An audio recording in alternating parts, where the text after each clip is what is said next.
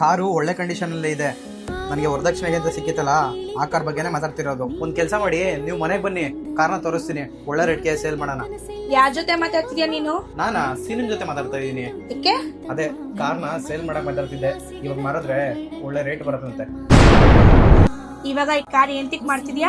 ಇದು ನಮ್ಮ ಅಪ್ಪ ನಮ್ಗೆ ವರದಕ್ಷಿಣೆಗೆ ಅಂತ ಕೊಟ್ಟಿರೋ ಕಾರು, ಇದು ನಿಂದಲ್ಲ. ಇದನ್ನ ಮಾರಕ್ಕೆ ನಿನ್ಗೆ ಯಾರು ರೈಟ್ಸ್ ಕೊಟ್ಟಿದ್ದು? ಮೋನಿಕಾ, ನಾನು ಡಿಸಿಷನ್ ತಗೊಂಡಿದ್ದೀನಿ ಅಂತಂದ್ರೆ ಅದನ್ನ ಯೋಚನೆ ಮಾಡಿರ್ತೀನಿ.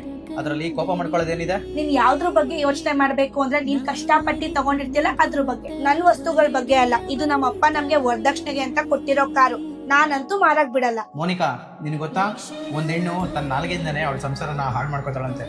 ಅದನ್ನ ನೀನು ಪ್ರೂವ್ ಮಾಡ್ತಿದ್ಯಾ?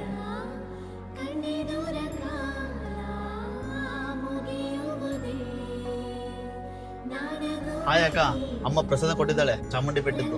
ಹಾ, ಒಳ್ಳೇದು. ಬಾವ ಎಲ್ಲಿ ಹೋಗಿದ್ದಾರೆ? ಅವರ ಆಫೀಸ್ಗೆ ಹೋಗಿದ್ದಾರೆ. ಯಾಕೆ, ಏನಾಯ್ತು? ನಿಮಗೆ ಗೊತ್ತಿಲ್ವಾ? ಬಾವ ಹೊಸ ಫಾರ್ಚುನರ್ ಕಾರ್ ತರ್ತಾ ಇದ್ದಾರೆ, ಹಾಗಂತ ಅಪ್ಪ ಹೇಳ್ತಾ ಇದ್ರು. ನಿಮಗೆ ಗೊತ್ತಿಲ್ವಾ? ಇಲ್ಲ, ನಂಗೆ ಅದ್ರ ಬಗ್ಗೆ ಏನು ಗೊತ್ತಿಲ್ಲ. ಯಾರಿಗ್ ಗೊತ್ತಾಗ, ನೀನು ಸರ್ಪ್ರೈಸ್ ಕೊಡಕ್ ಇರ್ಬೋದು. ಇರಬಹುದು. ಸರಿ ಅಕ್ಕ, ನಾ ಇನ್ನು ಹೋಗಿ ಬರ್ತೇನೆ.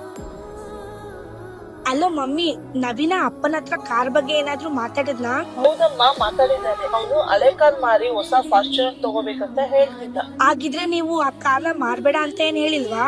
ಮಗ್ಲೇ, ನಾವೇಂಗ್ ಹೇಳೋದು ಮಾರೋದ್ ಬೇಡ ಅಂತ? ಅದು ಅವನ್ ಕಾರು, ಅದನ್ನ ಅವ್ನು ಮಾರ್ತಾನೋ ಇಲ್ಲ ಅಂದ್ರೆ ಅವನ ಹತ್ರನೇ ಇಟ್ಕೊಳ್ತಾನೋ, ನಾವ್ಯಾರು ಕೇಳೋಕೆ? ಅದು ಅವನ್ ಕಾರ್ ಹೆಂಗಾಗುತ್ತೆ? ಅಪ್ಪ ಅದು ವರದಕ್ಷಿಣೆಗೆ ಅಂತ ಕೊಟ್ಟಿರೋ ಕಾರು. ಮೋನಿಕಾ, ಯಾಕೆ ಈ ತರ ಮಾತಾಡ್ತಾ ಇದೆಯಾ? ವರದಕ್ಷಿಣೆ ಅದು ಇದು ಅಂತ. ನವೀನ ಮನೆಯವರು ಅದನ್ನ ಬೇಕು ಅಂತ ಡಿಮ್ಯಾಂಡ್ ಮಾಡಿ ಕೇಳಿದ್ದು. ಅವನೇನು ಬೇಕು ಅಂತ ಡಿಮ್ಯಾಂಡ್ ಮಾಡಿಲ್ಲ, ನಾವೇ ಖುಷಿಯಿಂದ ಕೊಟ್ಟಿರೋದು. ಕಡಲನು ಕಾಣ ಹೊರಟಿರೋ.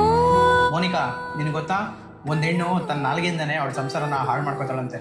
ಅದನ್ನ ನೀನು ಪ್ರೂವ್ ಮಾಡ್ತಿದ್ಯಾ? ಕಿರಣವು